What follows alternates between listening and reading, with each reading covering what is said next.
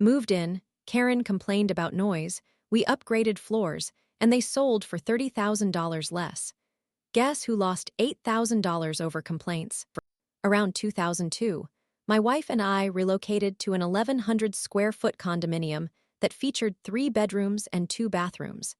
We were quite fortunate to acquire this condominium as second owners, and we paid only $114,000, which was just $6,000 more than the original price.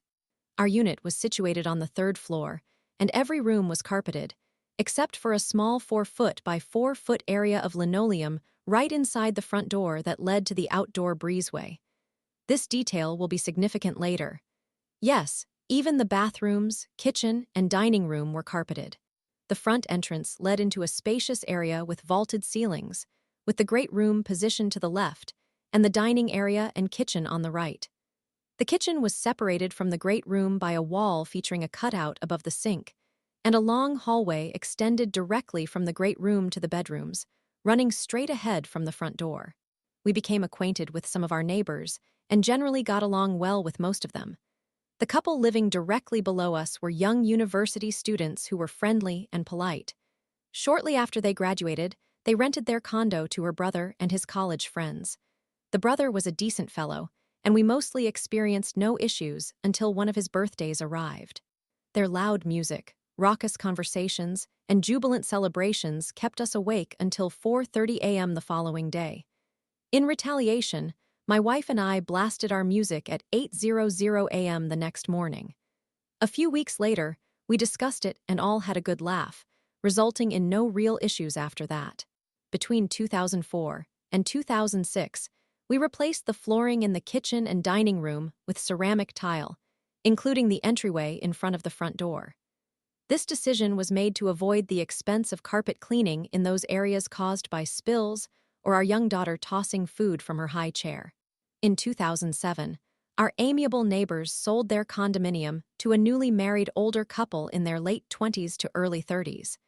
Anyone who has lived between a first floor and a third-floor condominium or apartment understands that it can be the least ideal situation if you expect tranquility. Whether it's children or music, there will always be some noise filtering through the ceiling or floor.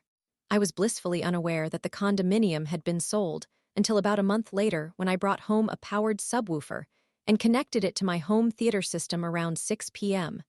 I eagerly set up an action movie with loud explosions and then settled down to enjoy the newly enhanced sound. After a few gunshots and 2 explosions, I heard the doorbell ring. I stood up only to hear the doorbell ring again.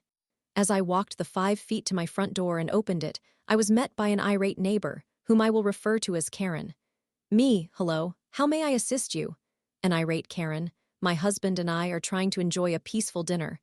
Could you please turn down whatever you're watching? We can hear everything. Me, of course, I apologize for that. Karen turned and left, and I closed the door, reduced the subwoofer's volume, and decreased the main volume slightly, thinking nothing of it. Soon after, during another round of gunfire and explosions, I heard the doorbell ring again, followed by rapid knocking on my door.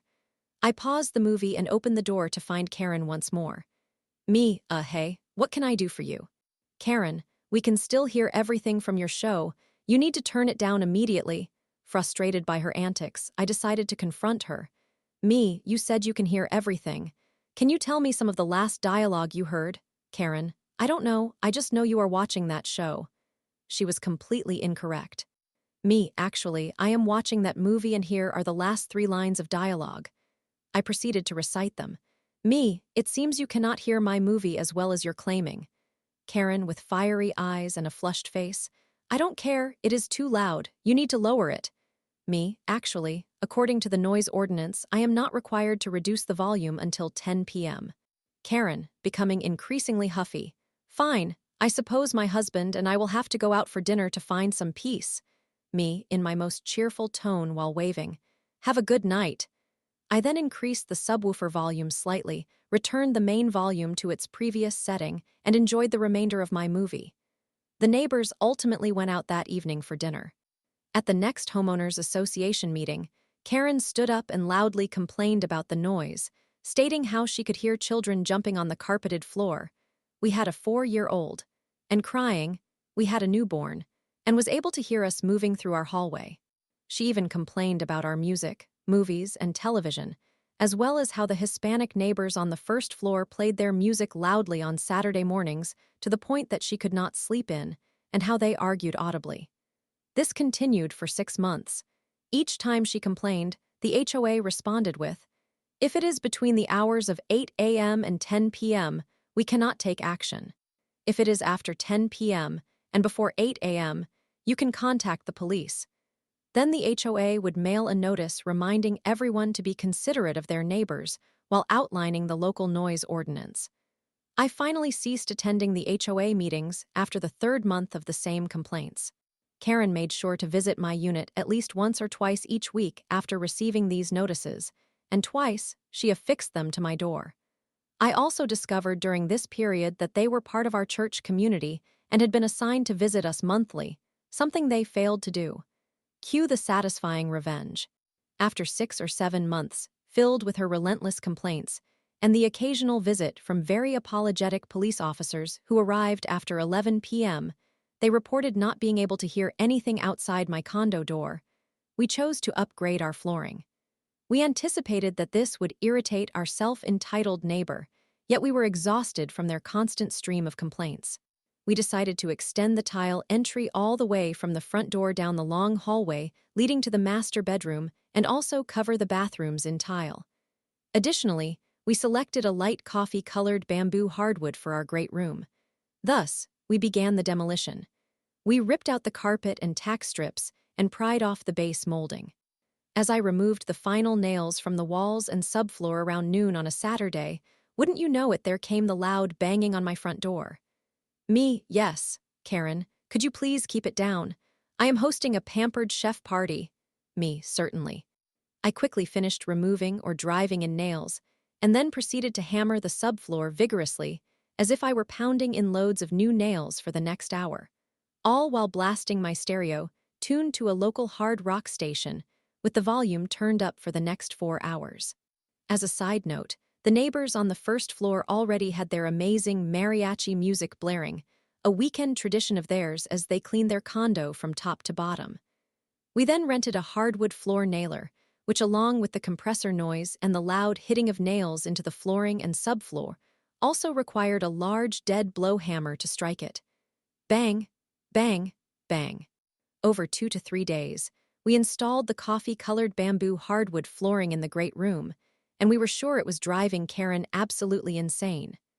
We finished it off with a beautiful tile inlay down the hallway, installed tile from the front door to the master bedroom door along the side of the dividing wall, and tiled the dining room, kitchen, and both bathrooms. We installed the base molding, more fun with the nail gun and compressor, and caulked. The new floors turned out breathtakingly, and the added benefit was that every time a hard shoe, like my daughter's favorite Sunday shoes, which she wore daily, or high heel, my wife decided to learn how to navigate all activities in 4 to 6-inch stilettos during this time, struck the floor, it felt as though the sound reverberated throughout our immaculate floors. All of this was triggered by our neighbors' complaints. This renovation also served as preparation to sell our condo, since we had outgrown it by now. We successfully sold it within a month of listing at $160,000. During the closing process, the real estate agent for the new owners remarked that the flooring was a significant factor in selling the property. Additionally, we sold our home right at the peak of the real estate market just before the crash. We later learned from some of our neighbors that within 9 months of our condominium sale, the second floor entitled neighbors moved out and sold their unit for $30,000 less than our sale price, incurring about an $8,000 loss. They even sent a complaint letter to the HOA, declaring their unit unlivable due to the noise created by our remarkable flooring. Story 2. Lost my best friend after surgery. Now she's married. I was controlling and toxic, and I can't forgive myself for losing her. Hello. I am not entirely unfamiliar with Reddit. I had an older account for several years, but I chose to delete it a few days ago. It's somewhat of a new year, new me scenario, I suppose. Additionally, please be advised that this post may be a little disorganized as I am feeling somewhat overwhelmed at the moment. I apologize for that. In any case, I wanted to express something that has been weighing on my mind. Back in 2018, when I was 13, I am now 19, I made a friend at a convention. Let's refer to her as R.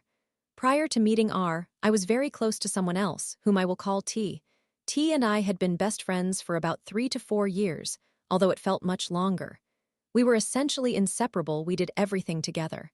However, the day before I met R, I discovered something that deeply upset me at the time, although, in hindsight, I recognized that my logic as a 13-year-old was not particularly sound, as is often the case at that age. I found out that T had another best friend, someone other than me. Rather than handling the situation with maturity, I made a hasty decision. The following day, I chose to befriend R and planned to address my feelings toward T later. And by addressing it, I mean confronting T about how much it hurt me that I was no longer her primary best friend. At that time, T had begun associating with the wrong crowd, and our friendship was no longer what it had been. However, out of frustration, I ended up expressing my feelings or, to be honest, gossiping, to R about T. R and I quickly formed a friendship, and I asked her for her phone number, which she provided. I was in dire need of a friend at that moment. I don't recall all the specifics too clearly, but I presume T and I had some sort of argument or disagreement that led to the end of our friendship. It did not last long, but I genuinely do not remember exactly how it unfolded. That evening, I began texting R. Initially, our discussions were quite normal, just two new friends learning about one another. However, looking back, I realize I may have been a bit too enthusiastic and perhaps even emotionally needy. I had just lost someone I regarded as my best friend, and I quickly became attached to R. As the days and weeks passed, R and I continued to communicate more frequently.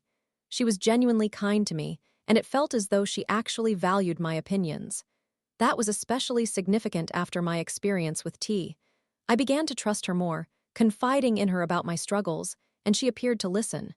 I had never experienced a friend treating me in that manner, so it was refreshing. We rapidly entered into the best friend dynamic. I am uncertain whether this is due to my autism or attention deficit hyperactivity disorder, but I have always found it challenging to make friends during my youth. I was diagnosed with attention deficit hyperactivity disorder at a very young age, but I sometimes wonder if I might have autism instead. Regardless, that aspect is not particularly relevant at this moment, although I feel it will be important later. For additional context, my living situation is far from ideal.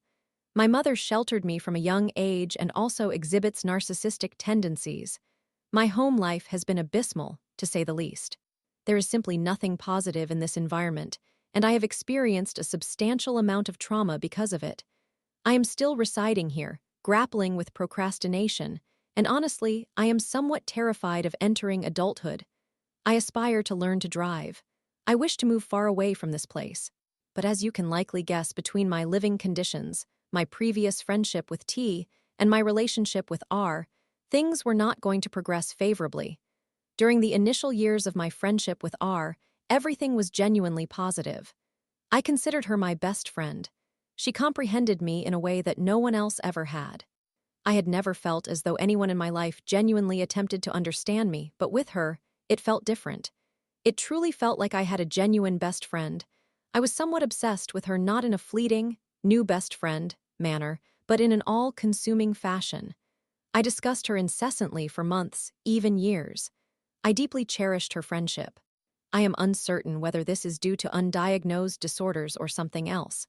Many conditions are present in my family: rare diseases, mental health challenges, just a genetic mishmash of complications. However, regardless of the reason, having R in my life was fulfilling. I finally had someone who understood me. For a time, everything was fine. But as I grew older, I began to feel increasingly insecure. I was still somewhat focused on T, despite her being a poor friend. Additionally, I was becoming a detrimental friend to R. I was exceedingly dependent on her, despite her only being a year my senior. I would constantly overanalyze and create issues in my mind, even when everything was perfectly fine between us. I always feared she would abandon me for someone better and would become overly anxious about nothing. This continued for perhaps 2 consecutive years.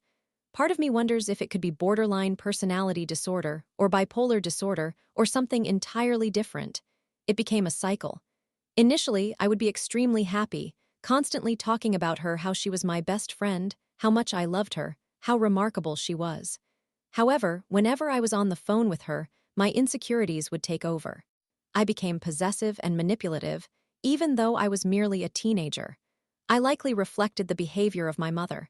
There was a particular occasion, around 2 years ago in 2022, when I had to undergo emergency surgery for a sigmoid volvulus. I was only 16. I understand that this is quite rare for teenagers and young adults. It was an incredibly vulnerable moment for me. No adolescent should have to experience something like that. Additionally, I had been enduring symptoms for several days prior to the surgery, and later learned that if it had lasted much longer, I could have died. At that time, Artika's phone was not functioning, and I assumed she was ignoring me.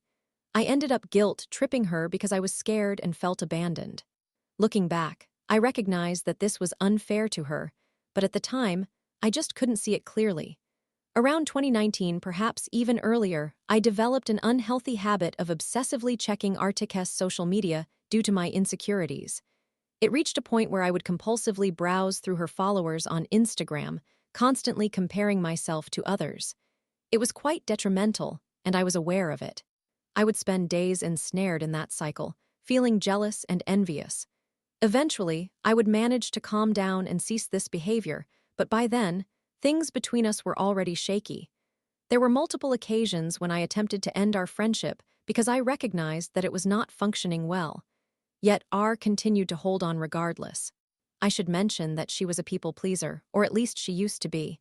In retrospect, I realized she likely did not know how to let go, even when it would have been best to do so. However, that was not even the worst part. The reality is, I was a horrible friend to her. I would distort situations and make her appear to be the villain, even though she was genuinely amazing. I was the toxic one. Following my surgery in 2022, the distance between us increased further. Her phone was non-functional for a while, and combined with my treatment of her, we drifted apart. I would occasionally message her at first every few weeks, then every few months. But eventually, weeks turned into months, and by 2023, we had virtually ceased all communication. I didn't even wish her a happy birthday. When I went to check our old messages, I realized she had either changed her number or blocked me. I am unsure which it is. Nevertheless, it has been a year since we ended our friendship. Even though we shared many good times and wonderful memories, I cannot forgive myself for my treatment of her. Her home life was not ideal either, and while I will refrain from detailing that out of respect for her privacy, I know she faced challenges too. Then tonight, I learned that she had gotten married. It affected me more than I anticipated. I understood we had grown apart, and I was aware she had moved on, but witnessing it, seeing how far she has progressed, made everything feel incredibly real. I should be happy for her. In a sense, I am. Yet, at the same time, I cannot stop reflecting on how I treated her during our teenage years. I still struggle to forgive myself. Regardless of how much time passes, I continually look back, recalling all the ways I caused her pain. How I was controlling, manipulative, and insecure. How she kept holding on when she should have let go. And ultimately, how she finally did. She deserves the happiness she has now. I just wish I could turn back time and undo all the ways I complicated her life. But I cannot. All I can do is come to terms with the reality that I lost someone who genuinely cared about me because I failed to be the friend she deserved. Story 3. I confronted my parents about my mental health struggles. After years of indifference, they suddenly wanted to help. Did they even care before? OMG. I am an 18-year-old woman residing with my parents. Throughout the years, I have experienced many mental crises. When I was younger, I desperately sought help from my parents, urging them to make changes. I longed to see a psychiatrist, but they dismissed me as crazy, insisting that depression was not a real issue and claiming I merely wanted to evade my studies. Nevertheless, their actions have played a significant role in my depression. My mother, who is a homemaker, pays little attention to me. She recalls insignificant details, such as the year we bought our new couch, yet she fails to remember important moments from my childhood. I have a scar on my leg from a burn, and every time my family notices it, they inquire about the blemish. No matter how many times I explain the origin of my scar, it seems they consistently forget. I remember sitting on my bed, sobbing, gasping for breath, and having a panic attack while my mother stood nearby, laughing at my distress. She even suggested that I should have been more severely punished as a child, implying it would have made me stronger. As a child, I despised having my photo taken, but my mother insisted. Now that I am older and love capturing images of myself, both my parents criticize me, labeling me a burden and asserting that I am not a model deserving of such attention. On my 17th birthday, I dressed up and took pictures of myself. My mother reprimanded me, forcing me to return to my room and study. When I cried alone, she intruded and told me to stop the drama and concentrate on my studies. When I was 15, my mother attended my tutoring session for the first time and met other mothers who were discussing their children's successes. She had nothing to share regarding my achievements or classes. Whenever I tried to talk to her about my daily life, she would respond, "Will that help you get grades? If so, I will listen." As I have matured, my mental health has significantly deteriorated. I experience intense breakdowns often, yet my parents remain apathetic. One day, my mother felt unwell and was vomiting in the bathroom. Allegedly, she had called for my help, but I didn't hear her. I hurried to get my father and fetched her medication. Earlier that day, I had an exam despite running a fever.